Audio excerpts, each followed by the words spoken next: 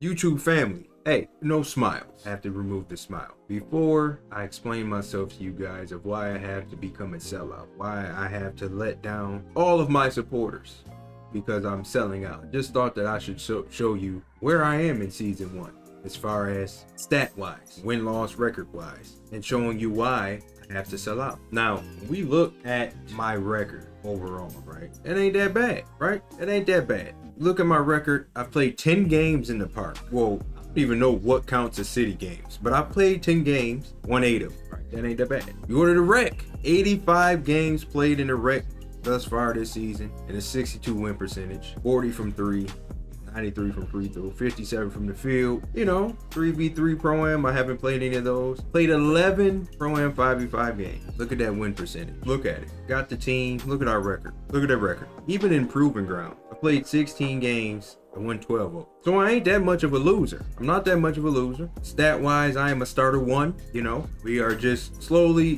going on, but I have to sell out strictly because of this right here. This right here. I have played in every game of my Pro-Am run. We have 1 win. 1 win. And if you look at these, look, just look at the game. These are what I call 2K losses. These are 2K losses. These are 2K losses. What is a 2K loss, you ask? A 2K loss is a loss that happens when 2K makes you lose. Now, I'm sure a lot of us out there feel like 2K always sells us. But no, look at this. 60-61. That's a buzzer beating loss. We lost on a buzzer beater. This, between either this loss, and yeah, okay. So both of these losses right here, these 1-point losses you see, these are straight off of buzzer beaters. One of them was a putback dunk at the end of the game. The other one was a quick shot, mid-range shot on the inbound. But when it rains, it pours. You see, we lost, and then we just keep losing and losing and losing. And if you look, out of every loss that's here, there's only one real bad one. This 16-point loss here, and maybe that 13. But everything else is relatively close. A lot of these losses, you can tell by the score. It was a matter of somebody getting off, or the team starts to go off late, and we can't rally back. And this record right here, this disgraceful game that's here, this disgraceful game, as you can see, I put up Draymond stats. 7, 9, 6. That's why I call myself the elite role player. Because 7, 9, and 6 doesn't stand out. It's not like, oh, you good, but then when you play, everything helps. And because I played some games at the 1 and then some games at the 5, so these stats are kind of mixed, but either way, this is about all I'm going to give you. 7, 9, and 6. I'm going to be in every statistical category there is to be, except blocks, because I don't jump, so I don't think I'll ever get blocks. But this record right here is the reason why I have to sell out. The reason why I have to become a sellout now, well, I'm going to explain it in the video that you're about to watch. But I just thought that I should show you guys that I ain't that trash. You know, some of y'all out there might think that I'm garbage. Some of y'all out there might think that you're better. But if you take a look at overall wise, I win more than I lose, except when it comes to that 5v5 Pro-Am. That's a different breed. Proving Grounds. We win in Proving Grounds. The ranked mode. I win there. You know, I don't play it a lot, but when I play it, I win, you know? But here's my explanation of why I've had to become a sellout. 2K family, today is a sad day. Today is a sad day. I have built this channel off of stating realities amongst this community. I have preached and began to preach and showcase things and talk about things and kind of have turned into like an anti-meta creator and showcasing and showing guys how things could work or showing you ways to really combat things that this community does. But I have to step into the dark side now. I have to get on my own BS. I have to turn meta. I get it. It's sad. But some of you guys out there have warned me about this. You've mentioned in the comment section about the way things go. Whether it's because you watch it or you've experienced it yourself and you were kind of just trying to be player and give me a heads up. And I'm stubborn. I don't listen. I don't watch meta or the dark side of the community. I tend to just watch people who tend to bring a breath of fresh air. But I do have friends, fortunately, who are tapped into that side of the community. And then I had to experience things the hard way. I had to learn the hard way. You see, I have a philosophy when it comes to this game. I have a philosophy of a basketball philosophy, a philosophy that makes a lot of sense to, regular people because you're playing a basketball game. Yet, to those people that make sense to, the developers that even develop this game don't even play their own product. I don't believe that the folks who really develop this game and work on this game actually play their game the same amount of time that a casual player consumes their game. I think that they just turn it on once a week or once every couple days, get about 2 to 3 hours in, and then they get off, and that's their play. I don't think that they step into modes where scum tactics start to get used and you start to have to face the product that you have created. I think that they just listen to feedback from trusted individuals, whether it's the ones that they're paying to promote their game or creators they have partnered with, and they just kind of are the ones who judge their game. And they send the feedback in, and then the game kind of adjusts it accordingly based off of their feedback. But if they actually played their game and developed, if they actually played the game that they developed, this game might not be as controversial as it is. I don't want to say it's bad. I also don't want to say that it's good, because that's going to be a never-ending fight. And so I'll just use the word controversial. And the reason why I have to turn meta is because, logically thinking, the builds that I make are logically inclined for basketball players. I basically make career builds. You know what I'm saying? Like, builds that I make will be good in career. Builds that I make will be good like in like a team up or something, like starting 5 or just other modes that aren't comp modes, right? I'm sure a lot of you out there, you fall into the same category as far as like you make builds that work like when you play rec, and they work when you go to proving grounds, and they work when you go to theater and to the park and to these park events, and you feel like it's all good. But those of you who have actually taken the chance to play Pro-Am, you will realize that some of your builds just can't compete no matter how good you are at the game. I have a friend who I said he's tapped in to the comp community, and he kept it 100 with me.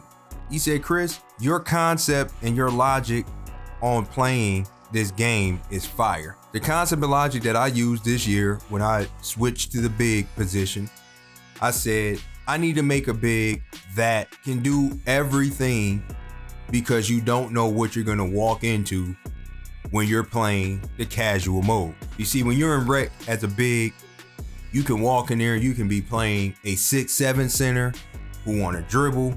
You can be playing a 7-foot center who want to dribble. You can be playing a small forward who wants to dribble. You can be playing a power forward who's agile and quick, or you could be playing a big doofus. So you have to be built to guard everything. And in random modes, you also, it's less strategizing in the casual modes and more just playing and reacting, right? So the center build that I made was a 6'9" center who had gold defensive badges interior wise, while having silver perimeter defensive badges and having bronze dribble badges and Hall of Fame rebound badges, because I was able to use the tier boosting, and silver finishing badge. And from a logical perspective, it's like you have an all-around center. They compare me to Bam, right? Bam Adebayo. When you look at Bam Adebayo and you ever watched him play, he doesn't really have a weakness outside of like his 3-point shot. Like, his 3-point shot isn't as good, but Bam could switch on pick and rolls. Bam could rebound. Bam could bring the ball up. He can make plays. He can dunk. He can lay up. He's an all-around 5, right? He's like a bigger Draymond, right? And it's fun, right? It's fun when you out in the rec and you improving grounds or the park, and you can help your team out a lot more, especially in like 3v3 mode. That's when he really shines, because in 3v3, we all know 3v3 modes are basically an isolation game with the one, or the 1 and the 3 is going to be running this pick and roll game in hopes to get a 2, right? And in part, the switch defense is like the main type of defense. So having a big that you can actually switch with, that can actually stay with the guard and contest the guard shot, is ideal. Same with like rec, where you might be a random or you might be playing with randoms, and it's always good to have a big who can watch your back on a pick and roll, move his feet, force the inside pass, take away the 3, all the good stuff, right? All the good basketball terminology things that a benefit that comes with having a big who is versatile or all around, whatever terminology you like to use, right? But then you take that same build into Pro-Am, and it's just different. It's different because in Pro-Am, you run into all the meta builds that can be there. And a lot of you guys out there are unaware of meta builds, whether it's because you've tuned them out from your YouTube feed and your Twitter feed, and you don't play Pro-Am because maybe you don't have a full team of 5, or maybe you do have a full team of 5, but not everybody is willing to go in there because of the what's in there. Now, I really don't blame you.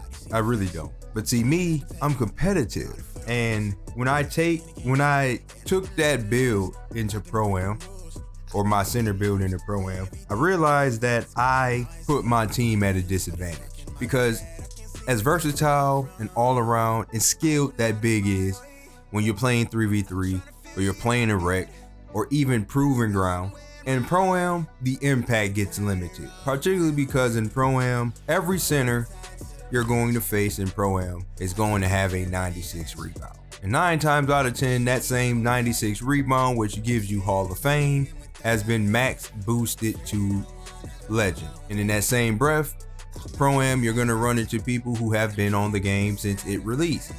So now they have the cap breakers, which means now you're not only going against higher tier badges, but now some attributes are boosted higher than they once were because of the cap break. And so it gets to a point where in order to have a fair chance to compete, you must even the playing field. And by evening the playing field, you have to get even. Now, it's not mandatory. Like, you don't have to go and make a center build that has 96 rebound and boost your rebound chaser to legendary.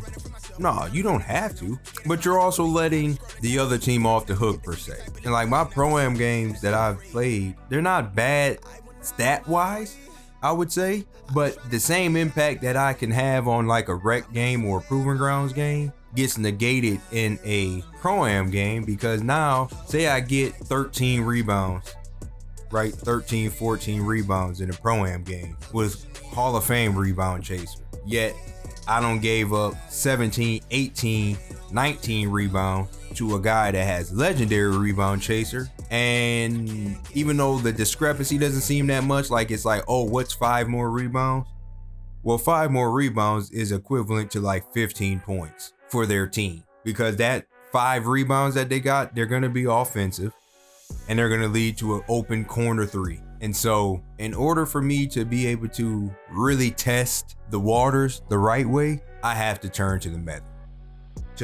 I have to even the playing field with these guys, and I have to see something. And it's a shame that this is where, well, I shouldn't say this is where gaming has come, because gaming has always been here, but it's so prevalent now and everybody's trying to blow up now that everyone is trying to be the next one to quote unquote break the game. And so you get a lot of false metas out there mixed with real metas, and you just have to figure out which is true and which is false. But I guess one true sign you can look at it as, what mode are these people playing that you're watching? Because if somebody's screaming meta build and they're playing rec, even with skill-based matchmaking that's in 2K, if every video you see from them is like rec, that build ain't that meta, man. It ain't that meta. Trust me. If the creator that you watch is saying meta build and he's in Pro-Am, that's a viable source. Really, if any creator is telling you that their build is meta, yet they're not showcasing you Pro-Am gameplay, I wouldn't trust that source. But I apologize. I apologize to my 2K family, to those of you that have shown support of this channel. I really tried to stay in a lane that didn't have to shift or turn into meta, but it's not fair.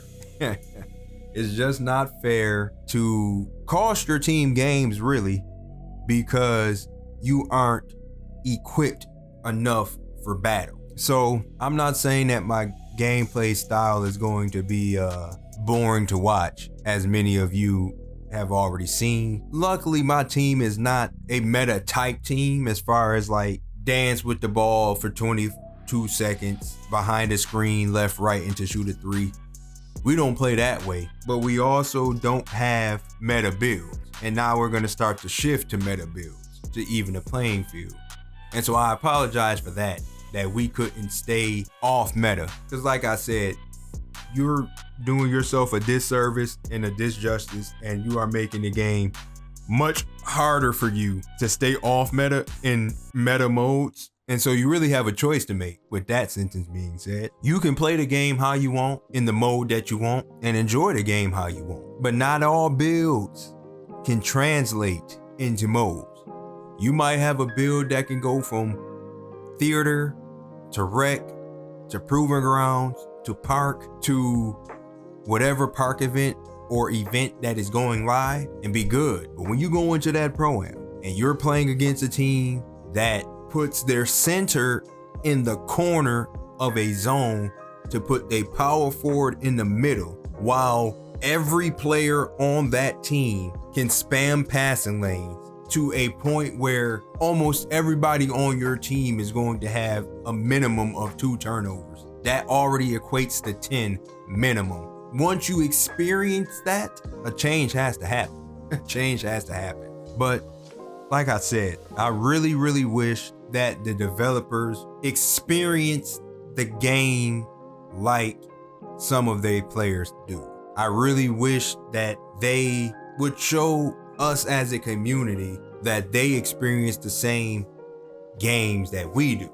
I see some developers always post clips or they post tweets about gameplay, or they're like post a highlight clip of something that they did inside the rec or things of that nature. But you never really see a developer like just sitting down playing the game like a streamer would, or playing a game just, you ain't gotta play it for as long as the streamer does, but like if you just like Mike Wang, for instance, like imagine if Mike Wang just kind of sat down, turned on the stream and said, hey, for the next 3 hours, I'm about to go out and play rec or park or do this park event or something, just so that we can experience his reaction to playing his own creation. But that's wishful thinking. But for those of you that's gonna be mad at me, just unfollow me now. I'm already expecting to lose subscribers based off of this decision that I've had to make. So if you're gonna leave, I understand. Hopefully the creator that you follow stays true, sticks to his script per se, and stays true to his word, and he stays off meta the whole year and be able to find his lane and be able to give you competitive gameplay without going towards the comp side. But in order for me to really maximize my potential in this game, I have to now go to a comp build to be able to really test my skill in this game. So I'm sorry, y'all. I'm sorry, but a man's gotta do what a man's gotta do.